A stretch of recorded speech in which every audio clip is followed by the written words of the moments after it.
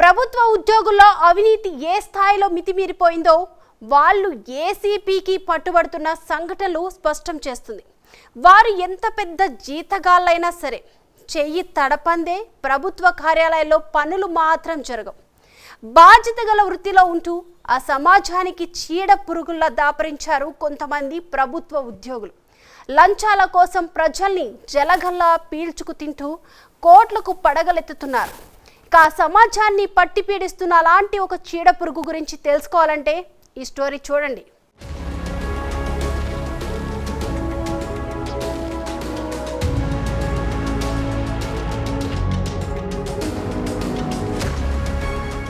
Secunderabad zone పరిధిలో వెంకట్రావు అనే వ్యక్తి జీహెచ్ఎంసీ అనుమతి పొంది 2 భవనాలు నిర్మించుకున్నాడు.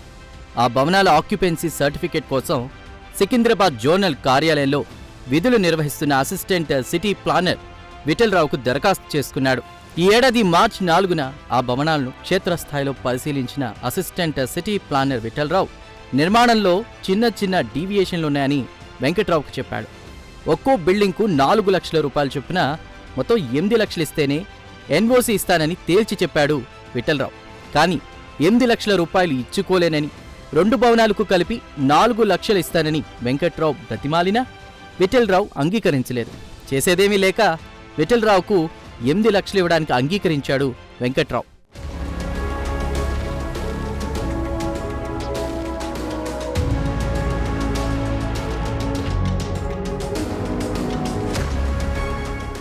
ఈ నెల 12న విఠల్కు 4 లక్షల రూపాయలు అందజేశాడు వెంకట్రావు. మల్కాజ్గిరి సఫిల్గూడ చెరువు వద్దకు ప్రభుత్వ వాహనంలో వచ్చిన విఠలరావు ఆ డబ్బును తీసుకున్నాడు. తర్వాత మిగతా 4 లక్షలు ఇవ్వాలని విఠల్ పట్టుబట్టాడు.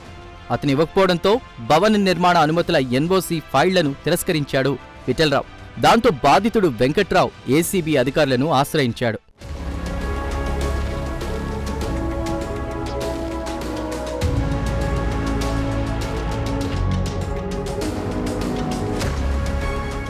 రంగంలోకి దిగిన ఏసీబీ అధికారులు విఠలరావును అదుపులోకి తీసుకున్నారు.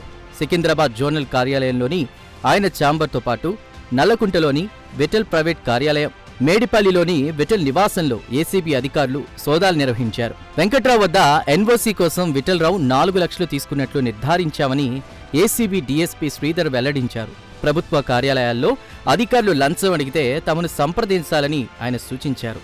విఠలరావుకు భారీ అక్రమాస్తులున్నట్లు ఏసీబీ అధికారులు గుర్తించినట్లు సమాచారం.